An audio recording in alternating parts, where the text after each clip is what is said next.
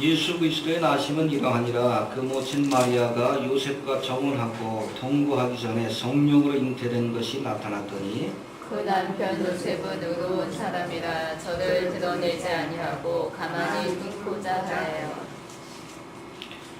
이 일을 생각할 때에 주의 사자가 현몽하여 가로되 다윗의 자손 요셉아 내 아내 마리아 데려오기를 무서워 말라. 저에게 잉태된 자는 성령으로 된 것이라. 아들을 낳으리니 이름을 예수라 하라. 이는 그가 자기 백성을 저희 죄에서 구원할 자이심이라 하니라. 이 모든 일에 된 것은 주께서 선지자로 하신 말씀을 이루려 하심이니 가라사대 보라 처녀가 임하여 아들을 낳을 것이요 그 이름을 임마누엘이라 하니라 하셨으니 이를 번역한즉 하나님이 우리와 함께 계시다 하니라. 요셉이 잠을 깨어 일어나서 주의 사자의 분부대로 행하여 그 아내를 데려왔으나 아들을 낳기까지 동심치 아니하더니 나음의 이름을 예수라 하니라. 헤롯 왕 때에 예수께서 유대 베들레헴에서 나심에 동방으로부터 박사들이 예루살렘에 이르러 말하되 유대인의 왕도 나시니가 어디 계시뇨. 우리가 동방에서 그의 별을 보고 그에게 경배하러 왔노라 하니 헤롯 왕과 온 예루살렘이 듣고 소동한지라. 왕이 모든 대제사장과 백성의 서기관들을 모아 그리스도가 어디서 나겠느뇨 물으니 가로되 유대 베들레헴이오니 이는 선지자로 이렇게 기록된가. 또 유대 땅 베들레헴아 너는 유대 고을 중에 가장 작지 아니하도다. 내게서 한 다스리는 자가 나와서 내 백성 이스라엘의 목자가 되리라 하였음이니이다. 이에 헤롯이 가만히 박사들을 불러 별이 나타난 때를 자세히 묻고 베들레헴으로 옮기며 이르되 가서 아기에 대하여 자세히 알아보고 자거든 내게 구하여 나도 가서 그에게 경배하게 하라.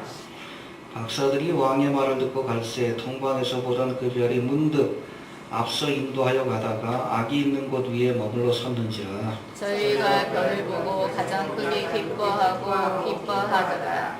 집에 들어가 아기와 그 모친 마리아와 함께 있는 것을 보고 엎드려 아기께 경배하고 보배합을 열어 황금과 유향과 모략을 예물로 드리니라. 꿈이 헤롯에게로 돌아가지 말라. 지시하심을 받아 다른 길로 고국에 돌아가니라. 아멘. 2000년 전에 베들레헴 땅에 있었던 이 성탄의 기쁨이 우리의 기쁨이 될 수 있길 바랍니다. 오늘 본문 1장 18절부터 25절까지의 말씀은 동정녀 마리아와 정혼했던 이 요셉에게 하나님의 천사 주의 사자가 나타나서 이제 마리아가 잉태한 아이가 누구인지 설명해 주는 말씀이 소개되고 있습니다. 이 요셉은 자신과 정혼한 마리아가 자신과는 상관없는 아이를 잉태하여 배가 불러오는 모습을 보게 됩니다. 이에 요셉이 마리아와 조용히 파혼할 것을 생각하고 있을 때에 하나님이 보내신 천사 주의 사자가 꿈속에 나타나서 지금 마리아가 잉태한 아이가 누구인지 설명해 주는 말씀이 오늘 본문에 소개되고 있습니다. 이 말씀을 통해서 2000년 전에 이 땅에 찾아오신 예수 그리스도가 누구이고 또 그분의 탄생이 왜 우리에게 기쁜 소식, 복음이 될 수 있는지 우리가 깨달을 수 있다는 겁니다. 계속 이어지는 2장의 말씀에는 예수 그리스도의 탄생 소식, 구세주의 탄생 소식을 들은 사람들이 보여주고 있는 여러 가지 반응들이 소개되고 있습니다. 구세주의 탄생 소식을 듣고 이제 먼 곳에서 찾아와서 예물을 가지고 경배했던 믿음의 사람들이 있는가 하면 오히려 구세주의 탄생 소식을 싫어하고 만왕의 왕이신 예수를 죽이려고 했던 이도 있었다라고 우리 성경은 말씀하고 있습니다. 이 본문을 통해서 우리 성탄의 참된 의미가 무엇이고 우리가 성탄을 맞이하는 우리의 믿음이 어떠해야 되는지 다시 한번 생각해보는 시간이 좀 될 수 있길 바랍니다. 성탄의 의미, 특별히 주의 천사가 주신 이 수태고지, 요셉에게 주신 그 말씀을 통해서 예수님의 탄생이 우리에게 주는 의미가 무엇인지 몇 가지 생각해 봅니다. 22절, 23절 한번 봅니다. 시작. 이 모든 일에 된 것은 주께서 선지자로 하신 말씀을 이루게 하심이니 가라사대 보다 처녀가 잉태하여 아들을 낳을 것이요 그 이름은 임마누엘이라 하리라 하셨으니 이를 번역한즉 하나님이 우리와 함께 계시다 합니다. 그래서 주의 천사가 이제 마리아와 파혼하려고 마음에 계획하고 있던 이 요셉을 찾아와서 야, 이 일로 인해서 내가 당황하지 마라. 이것은 하나님이 예언하신 그 약속을 성취하기 위해서. 그래서 처녀가 잉태하여 아들을 낳으리니 바로 구세주로 오실 예수 그리스도를 이 마리아가 잉태한 것이니 내가 염려하지 말라라고 이렇게 전해주는 말씀입니다. 이 말씀 속에서 주의 천사가 이 요셉에게 또 우리에게 분명히 말씀하는데 예수 그리스도의 탄생은 하나님이 언약하신 것이고 그 언약이 성취되는 것이다라고 말씀합니다. 해봅시다. 약속의 성취다. 약속의 성취다. 예, 그래서 우리 성탄의 사건을 통해서 첫 번째 우리가 깨달아야 될 것은 하나님은 약속하신 것은 반드시 이루어 주신다는 거예요.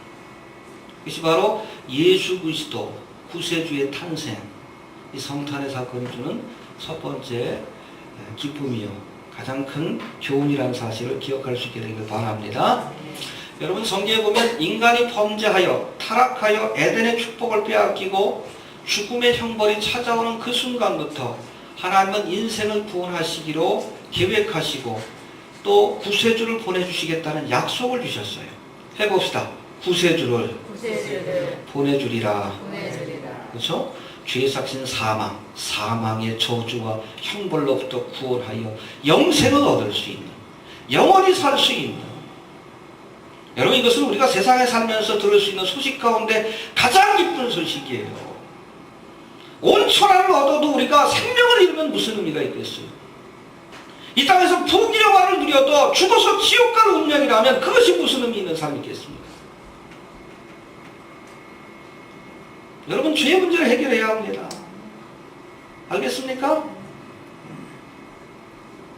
바로 하나님께서 이 죄로 인해서 죽을 수밖에 없는, 멸망받고 지옥의 형벌을 받을 수밖에 없는 우리 인생들을 구원하시기 위해 이 땅에 구세주를 보내주시겠다고 약속하셨어요. 그것이 바로 구약의 말씀입니다. 인간이 타락하여 범죄하여 에덴의 축복을 빼앗기고 죽음의 형벌이 찾아오는 그 순간부터 하나님은 구세주를 보내주시겠다는 약속을 주셨어요. 창세기 3장 15절에 보니까 장차 여자의 우선이 뱀의 머리를 짓밟으리라. 할렐루야. 여자의 우선 누굽니까? 동정녀 마리아에게 탄생한 예수 그리스도가 뱀의 머리, 사탄 마귀의 권세. 마귀의 권세는 죄로부터 오는 거예요. 그래서 우리가 죄 짓게 되면 어둠의 영에 마귀의 권세에 붙들리게 되는 거예요. 이 사탄 마귀의 권세로부터 우리를 자유케 해주실 것이다. 이 사망의 권세를 이기고 우리에게 영생과 생명을 줄 것이다. 할렐루야. 그래서 창세기 3장 15절을 프로토가스펠이라고 해서 복음의 원형이라고 얘기를 합니다. 또 창세기 3장 21절에 보니까 인간이 범죄하고 나서부터 제일 먼저 보인 반응이 뭡니까? 죄를 부끄러워하기 시작합니다. 부끄러움을 느끼기 시작했어요. 아담과 하와도 서로에게 부끄러움을 느낍니다. 죄책감을 느낀 거예요.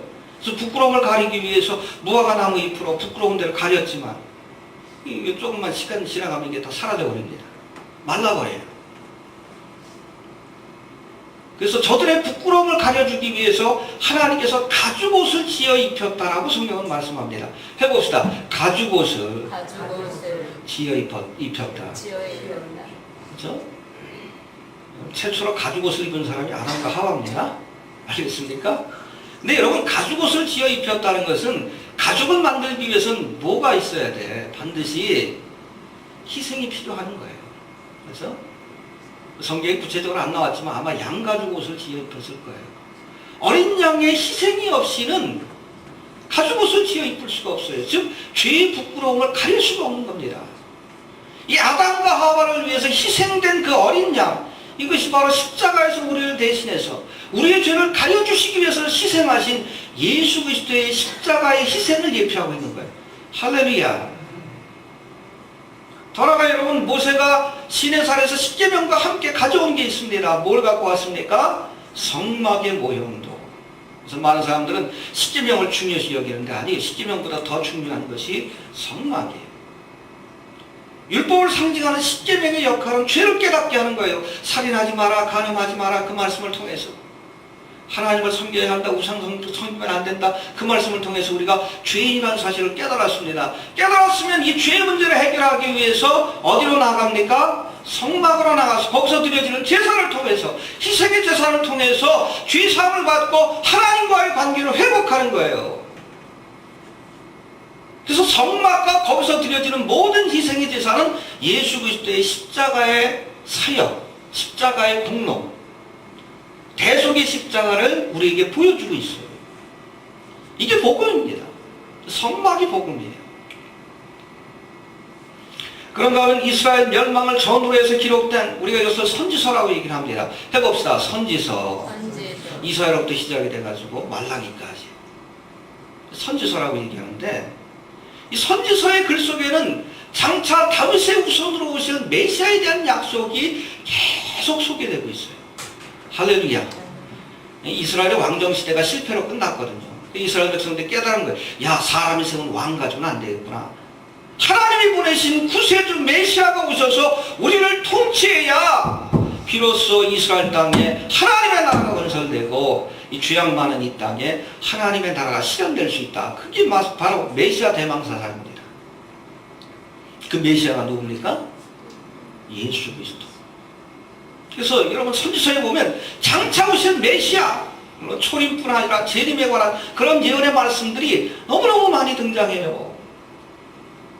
그 예언서들을 연구해야 합니다. 알아야 돼. 그게 모르니까 여러분이 종말해진데도 모르는 거예요. 다 나와 있어요. 성경에 보면 초림의 징조와 재림의 징조에 관해서, 장차 오실 메시아에 대해서. 초림의 사건이 이미 이루어졌죠. 그래서 오늘 본문에도 보니까 23절에 보니까 한번 봅시다. 23절 시작. 보라, 처녀가 잉태하여 아들을 낳을 것이요 그 이름은 임마누엘이라 하리라 하셨으니 이를 번역한즉 하나님이 우리와 함께 계시다 함이라. 예, 이게 뭐 천사가 직접 준 말이 아니라 성경 말씀을 인용한 거예요. 보라, 처녀가 잉태하여 아들을 낳으리니 그 이름은 임마누엘이라 하리라 하셨으니, 어디에 나오는 겁니까? 이사야서 7장 14절에 있는 말씀이에요. 장차 너희에게 임마누엘이라는 이름을 가진 구세주를 보내주시겠다. 할렐루야. 바로 이 메시아에 대한 예언이 예수 그리스도의 탄생을 통해 이루어지고 있다, 성취되고 있다라고 우리에게 말씀해주고 있는 겁니다. 그래서 여러분, 성탄의 사건은 하나님은 약속하신 것은 반드시 이루신다는 것을 우리에게 보여주신 가장 확실한 사건입니다. 해봅시다. 약속한 건 반드시 지키신다. 네, 여러분 기억할 것은 예수 그리스도의 탄생이 하나님의 약속의 실현이라는 의미가 있는데, 성탄의 사건을 통해 우리는 하나님께서는 말씀하신 것은 반드시 이루신다는 사실을 다시 한번 확인할 수 있다는 겁니다. 근데 여러분, 이 성서학자들에 의하면 신구약 성경의 3분의 1이 예언입니다. 예언이에요. 앞으로 일어날 일들에 관한 예언. 근데 여러분, 이 예언의 말씀 가운데 보십시오. 3분의 1이 예언인데, 그렇죠? 뭐 성경 이 정도니까 한 이 정도 되는 말씀이 다 예언의, 장차 일어날 일에 관한 예언의 말씀인데, 그 예언에 관한 말씀 가운데 3분의 1이 초림에 관한 예언입니다. 이해가 되십니까? 이 땅에 구세주로 이 땅에 오셔서 십자가의 사역을 통해 구원의 사역을 완성하실 그 초림의 주님이 오셔서 행할 일에 관한 예언의 말씀이에요. 나머지 3분의 2는 재림에 관한 예언입니다. 이해되십니까? 근데 이 초림에 관한 예언이 문자적으로 역사적으로 정확하게 하나도 빠짐없이 다 이루어졌습니다. 성취가 됐어요. 나머지 여러분 성취되지 않아. 예언의 말씀 가운데 3분의 2나 해당되는 여러분 재림에 관한 예언의 말씀도 우리가 문자적으로 역사적으로 정확하게 성취될 줄도 믿어야 합니다. 그리고 우리가 지금 그 예언의 말씀이 성취되는 과정을 지켜보는 마지막 세대예요. 이스라엘이 고토로 돌아와 나라를 재건할 것이다. 봤죠? 1948년 5월 14일. 그렇죠? 또 이제 장사 이스라엘 땅의 곡과 마곡의 전쟁, 이슬람권과 이스라엘의 전쟁입니다. 언제 일어날지 몰라요. 그 예언이 지금 성취되는 과정을 보고 있습니다. 종말의 때가 가면 우리 전쟁, 지진, 기근, 우녀, 뭐라니 우리가 다 경험했죠? 응? 다 경험했죠. 그러나 이것은 재난의 2012년에는 더 큰 재난이 기다리고 있습니다. 버스페인. 이 재난이라는 것은 영어로 버스페인이라고 하는데 이게 뭡니까? 예수님이 재림하실 징조예요. 언제까지 이것이 계속 진행이 되는가? 예수님이 이 땅에 오셔서 하나님의 나라를 건설하는 그 순간까지 재난이 계속될 겁니다. 그 재난의 피크가 바로 7년 대환란이에요. 지금부터 시작이 되고 있는 겁니다. 물론 7년 대환란은 뭐 슈거의 사건 이후에 이루어지겠지만. 마라나타 하세요? 마라나타. 내년에 뭐 경기가 뭐 세계 경제가 붕괴된다는 얘기 공공연하게 지금 얘기를 합니다. 큰 어려움을 겪을 거예요. 여러분, 세계 경제가 붕괴되면 우리나라는 수출이 안 되고 수입이 안 되는 거예요. 석유가 수입이 안 된다고 생각해 보십시오. 이 한겨울에 전기가 끊어지는 거예요. 뭐 이런 것도 뗄 수가 없습니다. 곡물이 수입이 안 된다고 생각해 보세요. 식량이. 우리나라 식량 자급률이 30%가 안 돼요. 29%인가로 제가 알고 있습니다. 대부분의 사람들이 기아를 경험하게 될 거예요. 그 전에 데려가 주시는 것이 은혜입니다. 알겠습니까? 그걸로 끝나는 게 아니에요. 이 땅에 여러분. 내년에 뭐 3차 대전이 일어난다는 얘기도 자꾸 얘기가 들려오고 있어요. 한반도가 전쟁터가 될 가능성도 있습니다. 여러분, 중동에서 전쟁 나기 전에 여기서 전쟁이 날 가능성도 있어요. 최악의 시나리오지만 그러지 않기 위해서 기도해 주시길 바랍니다. 또 이루어집니다. 초림에 관한 예언이 여러분 100% 이루어졌어요. 한 100여 가지가 되는데 문자적으로 베들레헴에 탄생했다? 탄생했죠? 이 성경 예언대로 됐어요. 십자가에 죽으실 것이다? 그대로 되었습니다. 부자의 무덤에 안치될 것이다? 그대로 됐어요. 정확하게. 죽은 지 사흘 만에 부활할 것이다? 정확하게 됐어요. 너무나 정확하게 됐습니다. 성경의 예언대로. 나머지 예언도 그렇게 될 줄도 그렇게 논리적으로 판단한 것이 지혜입니다. 되고 있고. 하나님은 약속하신 것은 반드시 이루십니다. 예. 또 두 번째, 예수님의 오심, 성탄의 사건.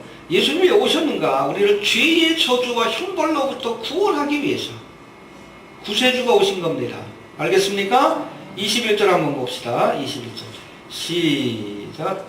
아들 나으리니 이름을 예수라 하라. 이는 그가 자기 백성을 저희 죄에서 구원할 자이심이라 하니라. 예, 이제 요셉에게 알려준 그 아이의 이름이 예수입니다.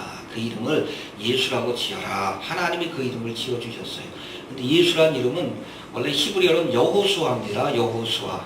이거를 헬라식 발음으로 예수라고 하는 겁니다. 영어식 발음은 뭐 지저스죠. 같은 거라고 이해하시면 돼요. 근데 예수는 구원자라는 뜻을 갖고 있어요. 해봅시다. 구원자. 구원자. 죄로 인해서 죽을 수밖에 없는 인생들을 이 죄의 저주와 형벌로부터 구원하기 위해서 예수님이 이 땅에 오셨습니다. 예수를 믿어야 구원받아요. 알겠습니까? 천하인간의 구원을 얻을 만한 다른 이름을 주신 적이 없다. 예수의 이름을 믿을 때 주 예수를 믿으라. 그리하면 너와 네 집이 구원을 얻으리라. 이 성탄 기쁜 날인데 하나님이 우리에게 구세주, 이 저주와 형벌로부터 또 이 땅에 임할 하나님의 심판으로부터 우리를 구원하실 구원자 예수를 보내주셨습니다. 예수를 만날 수 있길 바랍니다. 또 세 번째, 이 성탄의 사건은 성육신의 사건이라고 오늘 성경은 말합니다. 23절 한번 봅시다. 23절 시작. 그가 처녀가 잉태하여 아들을 낳을 것이요 그 이름은 임마누엘이라 하리라 하셨으니 이를 번역한즉 하나님이 우리와 함께 계시다 합니다. 예, 예수님의 또 다른 이름이 임마누엘입니다. 근데 임마누엘은 하나님이 우리와 함께 하시다라는 뜻이에요. 해봅시다. 하나님이 우리와 함께 계시다. 우리와 함께 계시다. 예, 그래서 우리 복음서에 보면 예수님께서 제자들에게 어느 날 제자들이 주님 앞에 나와서 하나님을 보여주십시오. 그러면 족하겠나이다. 뭐라고 합니까? 나를 본 자가 하나님을 본 것이다. 해봅시다. 나를 본 자는 아버지를 본 것이다. 그 요한복음 1장에는 1장 1절과 우리 14절의 말씀에 보면 예수님을 인간의 몸을 입고 오신 하나님이라고 소개합니다. 주의 말씀에 계시니라 이 말씀이 하나님과 함께 하셨으니 이 말씀이 곧 하나님이시니라. 로고스를 하나님이라고 합니다. 우리 14절에 보면 말씀이 육신이 되어 하나님이 육신이 되어 우리 가운데 거하심에 우리가 그 영광을 보니 아버지의 독생자 예수 그리스도였다. 이 성육신이라고 얘기를 합니다. 인카네이션. 하나님이 인간의 몸을 입고 이 땅에 찾아오신 사건, 그것이 바로 성탄의 사건이에요. 왜 오셨습니까? 우리 인생들이 하나님, 영이신 하나님을 이해하는 데는 한계가 있어요. 하나님이 어떤 분인가? 예수를 통해서 성육하신 하나님, 성자하신 예수님을 통해서 하나님이 어떤 분인가를 우리가 알 수 있습니다. 그분이 얼마나 나를 사랑하시고 십자가에 죽기까지 또 그분의 교훈을 통해서 하나님의 뜻이 무엇인가를 알게 해주셨어요. 할렐루야. 요한복음 1장 14절에 보면 특별히 이 성탄의 사건은 말씀이 육신이 되어 우리 가운데 거하셨다라고 표현합니다. 해봅시다. 우리 가운데 거하셨다. 이 거하셨다는 단어가 아주 특별한 단어인데 헬라어로는 에스케노센이라고 되어 있는데 장막을 친다는 뜻입니다. 하나님이 우리 가운데 머물기 위해서 우리 가운데 텐트를 치셨다라는 뜻이에요. 이게 출애굽기를 알면 우리가 이해하기 쉽습니다. 이스라엘 백성들이 광야 40년 동안 그렇게 생활할 때에 하나님이 저들과 함께 해주셨어요. 어디에? 텐트를 치고 함께 하셨습니다. 그게 성막이에요. 이해가 됩니까? 성막이 이렇게 다 만들어지면 그 위에 하나님의 임재를 상징하는 구름 기둥, 불 기둥이 함께 하면서 이스라엘 진영을 덮습니다. 할렐루야. 텐트를 치고 함께 하셨다는 뜻이에요. 육신의 장막을 입으시고 우리와 함께 하시기 위해서 찾아오신 사건, 여러분 그것이 성탄의 사건입니다. 그걸로 끝나는 것이 아니라 다시 찾아오십니다. 우리 요한계시록에도 살펴봤지만 어딘지 제가 본문을 지금 찾지 못했는데 요한계시록에 보면 하나님께서 예수님께서 다시금 우리와 함께 하시기 위해서 거하시기 위해서 텐트를 치고 찾아오신다는 사건이 있어요. 여러분 그것이 바로 천년왕국이에요. 이해가 됩니까? 이 땅에 찾아오셔서 이곳에 장막을 치시고 우리와 함께 머무는 사건, 여러분 그것이 바로 천년왕국입니다. 천년왕국. 그래서 이 지상에서 1000년 동안 밀레니엄이라고 얘기를 하죠. 1000년의 세월 동안 우리와 함께 하면서 하나님의 나라가 어떤 것인가를 우리에게 보여주십니다. 할렐루야. 그때 여러분 구속받은 성도들은 주님과 함께 왕노릇하리라. 열심히 충성하세요.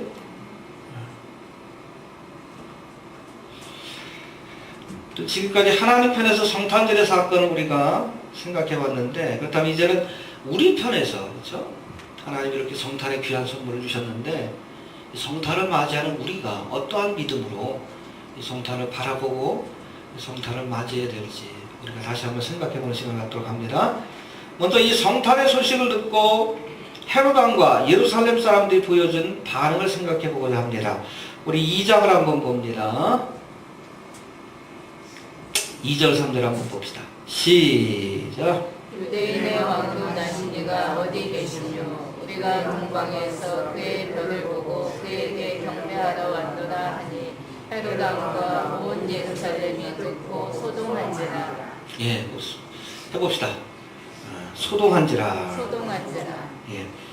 이제 예수님이 탄생하실 그 당시에 예루살렘을 통치하던 헤롯 왕에게, 잘 들으세요, 유대인의 왕, 더 나아가 만왕의 왕으로 오신 예수님의 탄생 소식은 자신을 그 유대인의 왕의 자리에서 쫓아내 가장 강력한 정적이 출현한 것으로 받아들여졌다는 겁니다. 이해가 되시죠?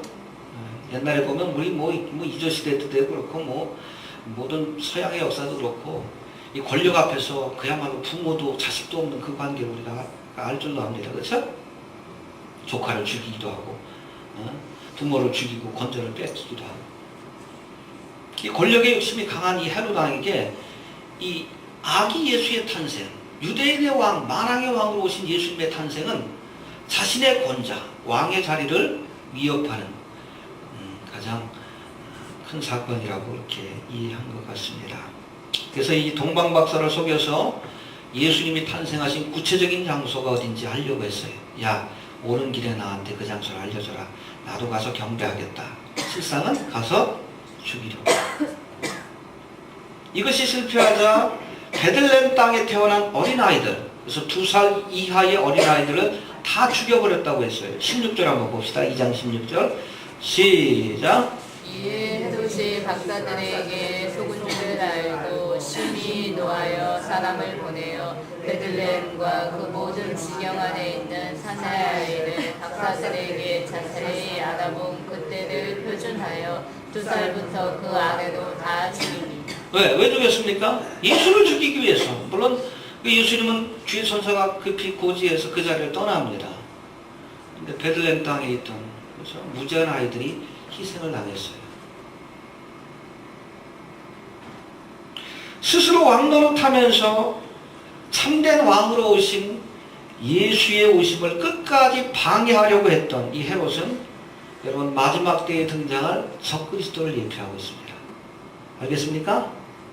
여러분 예수님이 오실 때에 이 땅에 예수님을 대신해서 어찌 보면 예수님 앞에 돌아가야 될 그 권자, 만왕의 왕으로서의 그 권자를 찬탈해서 스스로 왕노릇하는 자가 있을 거예요. 그가 누굽니까? 적그리스도입니다. 여러분들 뉴월드 오더라는 얘기를 많이 들어보죠? 어? G20 때 이명박 씨도 빨리 우리가 뉴월드 오더로 가자 그렇게 얘기를 하는데 그게 바로 세계정부예요. 앞으로 이 땅에 세계정부가 들어섭니다. 근데 꼭 기억할 것은 세계정부는 적그리스도의 나라입니다. 성경의 예언대로 지금 되고 있어요. 유럽의 경제가 무너지고 세계 경제가 무너지고 미국의 경제가 무너지면 이제 무너진 경제 위에 새로운 뉴 월드 이코노믹 오더, 세계 경제를 통합하고 세계 화폐가 등장하는 새로운 경제 질서가 세워질 거예요. 경제가 통합되면 곧바로 이것을 컨트롤할 세계 정부, 뉴 월드 폴리틱 오더 아니면 거버먼트, 월드 거버먼트, 세계 정부가 들어서게 될 겁니다. 그것을 컨트롤하는 자가 누굽니까? 적그리스도라고 성경은 분명히 말씀하고 있어요. 얼마 남지 않았습니다. 그래서 2012년에 세계 경제가 붕괴한다는 얘기를 하는데 붕괴할 겁니다. 왜? 무너뜨려야 세울 수 있기 때문에 그래요. 미국 경제를 무너뜨리고 유럽 경제를 무너뜨리고 세계 경제를 무너뜨려야 새로운 세계의 경제 질서를 세울 수 있기 때문에 반드시 무너뜨릴 거예요. 그 과정 속에서 많은 사람들이 어려움을 겪을 겁니다.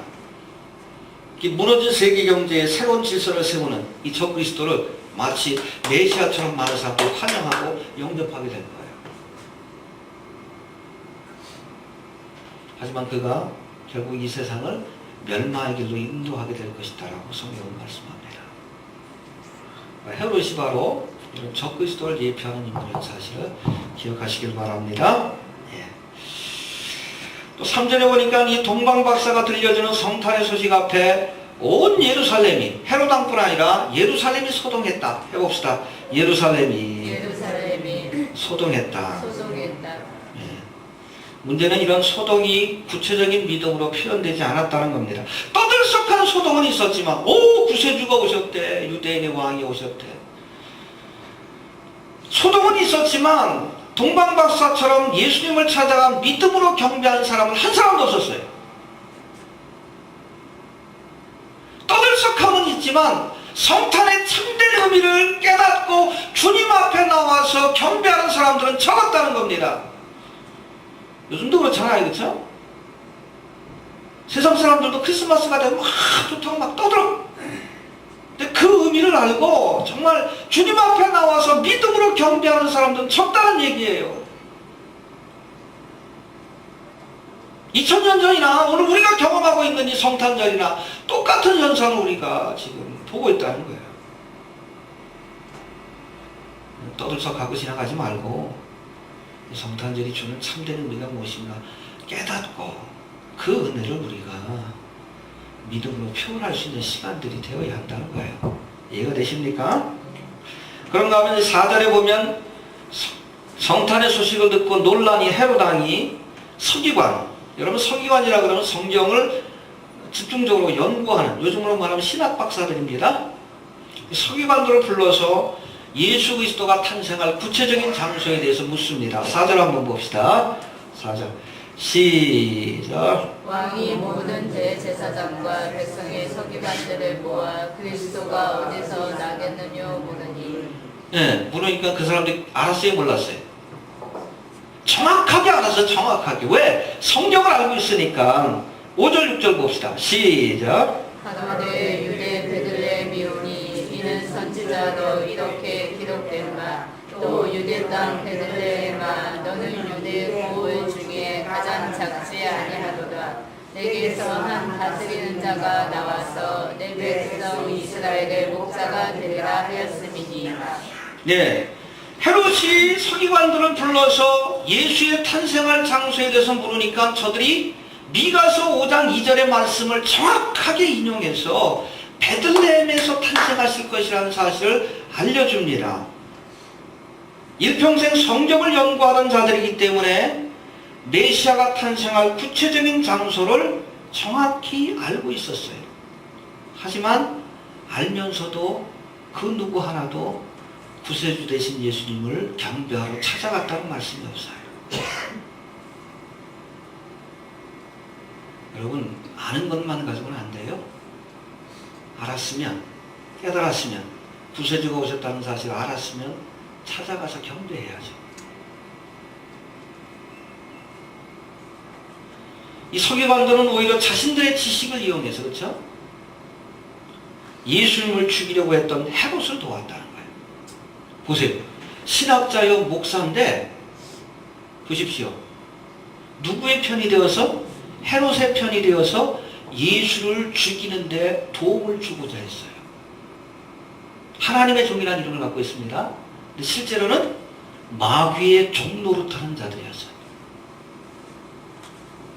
오늘날에도 교회 안에 그런 사람들 많아요. 목사, 신학자라는 이름을 갖고 있지만 오히려 많은 사람들을 배도에게 자유주의 신학에 물들어가죠. 아니면 누이지 사상이나 세속적인 사상에 물들어가죠. 성도들을 예수께로 인도하는 것이 아니라 누구에게? 헤롯에게. 또 예수의 편에 서서 하나님의 일을 하는 것이 아니라 목사, 신학자라는 이름을 가지고 오히려 적그리스도의 일을 하고 있는, 사탄 마귀의 역사에 동참하고 있는 이 서기관과 같은 자들이 많이 있다는 사실을 여러분 기억하시길 바랍니다. 정신 차려야 돼. 오늘날 여러분 헤롯 편에서 일하는 자들이 많습니다. 목사여 신학자들이지만 리고랭이라든지 빌리그라운드 마찬가지예요. 배도한 교인 여러분, 로마 카톨릭, 바티칸과 교황들은 여러분 루시퍼를 섬기는 자들입니다. 주의 종이라는 이름을 갖고 있지만 성경도 잘 알아. 그럼에도 예수의 편이 아니라 헤롯의 편에 서서 예수를 죽이고 이 참된 신앙을 가진 사람들을 핍박하는 이 서기관과 같은 세력들이 있다는 것 여러분 꼭 기억할 수 있게 되길 바랍니다. 많은 거짓 선지자들이 일어났습니다. 마지막으로 동방박사가 맞이한 성탄이 있습니다. 우리 1절 2절 한번 봅시다. 1절 2절 시작. 헤롯 왕 때 예수께서 유대 베들레헴에서 나심에 동방으로부터 박사들이 예루살렘에 이르러 말하되 유대인의 왕으로 나심이가 어디 계시뇨? 우리가 동방에서 그의 별을 보고 그에게 경배하러 왔노라 하니. 예, 저들은 먼 곳에서 메시아의 탄생을 알리는 별을 보고 베들레헴까지 찾아와서 만왕의 왕으로 오신 예수님을 경배했다고 했습니다. 동방이라고 하면 여러분 예루살렘의 동쪽이에요. 그래서 우리가 보통 바벨론 아니면 페르시아가 있던 지역이라고 그렇게 알려지고 있습니다. 한 1000km 정도 떨어진. 지금도 뭐 1000km 정도면 차로 가도 하루 종일 가야 되는데 약대에다 짐을 싣고 그 먼 곳에서 찾아온 거예요. 예수님을 경배하기 위해서. 몇 달이 걸렸을 겁니다. 이 동방, 바벨론과 페르시아는 여러분 기억하십시오. 일찍이 다니엘과 같은, 다니엘, 사드락, 메삭, 아벤노고와 같은 디아스포라. 그렇죠? 예루살렘 멸망하고 바빌론 땅에 끌려갔던 이 유대인들을 통해서 이미 구약의 말씀이 전해진 그런 것입니다. 다니엘은 유명한 사람이었어요. 여러분 기억하시기 바랍니다. 바벨론하고 페르시아 제국에 있어서 이 다니엘이 굉장히 유명했습니다. 성서, 우리 유대인들 사이에서뿐 아니라. 그 때문에 다니엘이 알고 있던 성경에 대해서 그 당시에 박사들, 지식이 있는 사람들은 다 알고 있었어요. 구약의 말씀들은. 근데 이 구약의 후반부인 선지서의 주제가 바로 메시아에 관한 예언인데, 이 동방박사들도 이 예언에 관한 말씀, 유대 땅에 이 세상을 구원할 구세주, 그래서 이스라엘뿐 아니라 온 세상을 구원할 구세주가 오신다는 예언의 말씀을 잘 알고 있었을 겁니다. 그리고 이제 이 예언의 말씀이 실현되는 그 과정을 보여주는 이 별을 보고 베들레헴까지 찾아와서 예수 앞에 경배하는 모습을 보여주고 있습니다. 할렐루야. 여러분 참된 믿음이란 이처럼 행동하는 믿음이, 알았으면 찾아와야지. 예루살렘의 모든 사람들이 알았어요. 서기관들이 알았고 헤롯 왕이 알았고 모든 예루살렘의 사람들이 알았습니다. 그러나 여러분 예루살렘에서 베들레헴은 가까운 곳이에요. 가까운 곳인데도 누구 하나 찾아와가지고 경배한 사람이 없어요. 이 동방박사는 1000km나 떨어진 먼 곳이지만 그곳에서 구세주가 오셨다는 사실을 깨닫고 먼 길을 찾아와서 경배했습니다. 이게 믿음이에요. 해봅시다. 행동하는 게 믿음이다. 행동하는 게 믿음. 알고 있는 게 믿음이 아니에요. 이 지식적인 믿음은 귀신들도 갖고 있다고 했어요. 야고보서에 보니까. 너희가 하나님의 한 분이신 줄 믿느냐? 사람들과 귀신들도 믿고 떠느니라. 지식적인 믿음은 귀신들도 갖고 있어요. 사탄 마귀가 어둠의 세력들이 성경은 더 잘합니다. 그러나 알고 있지만 예수님 앞에 나가 경배하는 자는 없습니다. 멸망이를 가는 거예요. 믿음으로 주님 앞에 찾아 나와서 경배하는 모습을 보여야 됩니다. 저들이 경배하면서 드린 예물이 소개되고 있습니다. 11절하고 보고 마치죠. 시작. 집에 들어가 아기와 그 모친 마리아에 함께 있는 것을 보고 엎드려 아기께 경배하고 보배압을 열어 황금과 유향과 모략을 예물로 드립니다. 예, 이 예물이 비싼 예물이다. 비싼 예물이긴 하지만 그게 중요한 것이 아니라 그 예물 속에 담긴 신앙의 고백이 중요해요. 황금은 여러분 왕을 아련할 때 가져가는 예물입니다. 그래서 어떤 나라의 왕을 아련할 때는 반드시 황금을 가져가서 아련한 그런 풍습이 있었다고 합니다. 이 황금을 드렸다는 것은 당신은 나의 왕이십니다. 당신은 나의 왕이십니다. 신앙의 고백을 드리는 거예요. 그리고 유향은 제사장에게 드리는 예물입니다. 유향, 제사 지낼 때 드리는. 그 예수님이 바로 하나님과 나 사이의 유일한 중보자요, 제사장이 되십니다. 신앙의 고백이에요. 모략은 뭡니까? 누구한테 주는 거예요? 죽은 사람한테 바치는 예물입니다. 이해가 됩니까? 그래서 여러분 이집트에서 미라를 만들 때 거기에 쓰이는 여러 가지 향품들이 있는데 대표적인 것이 모략이에요. 이거 바르면 썩지 않습니다. 이 모략이 굉장히 큰 아주 좋은 약이기도 해. 이 상처가 아주 골마가지고 썩어가면 모략을 바르면 이게 깨끗이 낫습니다. 굉장히 귀해요. 이 모략을 드렸다는 것은 당신이 나를 위해 십자가에 죽을 것을 믿습니다. 그리고 여러분 시체에 모략을 바르는 것이 무슨 의미가 있는가? 부활에 대한 믿음이에요. 썩지 않고 부활할 것입니다. 그러니까 여러분 이집트 사람들이 미라를 만들어가지고 모략을 바른 거예요. 부활에 대한 믿음이 있기 때문에. 당신이 나를 위해서 십자가에 죽으실 것이고 부활하셨어. 부활의 첫 열매, 부활의 소망을 주실 줄 믿습니다. 할렐루야. 그 믿음을 드린 거예요. 비싼 여러분 예물을 바쳤다 그런 것이 아니라 황금을 통해 당신은 나의 왕이십니다. 유향을 통해 제사장이 되십니다. 모략을 통해 나를 위해서 죽으시고 부활의 소망을 주실 줄 믿습니다. 이 신앙의 고백을 가지고 주님 앞에 경배한 줄로 그렇게 믿습니다. 또 이런 믿음의 고백을 좀 드립시다. 예. 2000년 전 하나님께서 선지자에게 주셨던 약속을 따라 우리를 죄에서 구원하실 구세주 예수님을 보내주셨습니다. 할렐루야. 이렇듯 세상을 구원하시기 위해 오셨던 예수님은 마지막 때에 세상을 심판하시기 위해 다시 오실 것을 우리에게 약속하고 있습니다. 내가 올라간 그대로 승선하시면서 다시 오는 것을 볼 자도 있을 것이다. 할렐루야. 해봅시다. 다시 오실 것이다. 다시 오실 것이다.